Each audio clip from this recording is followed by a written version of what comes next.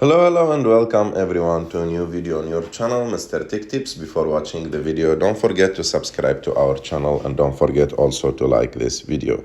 In today's video, I will show you how to update offline maps manually on Google Maps.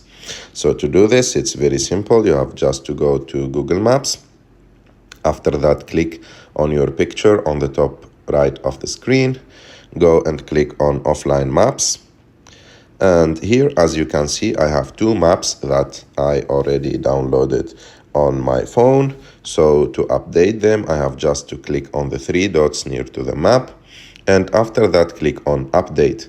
And as you can see, the map is updated and everything is good in just few seconds. I hope that you like this video. If you like this video, don't forget to subscribe to our channel, to like this video, and see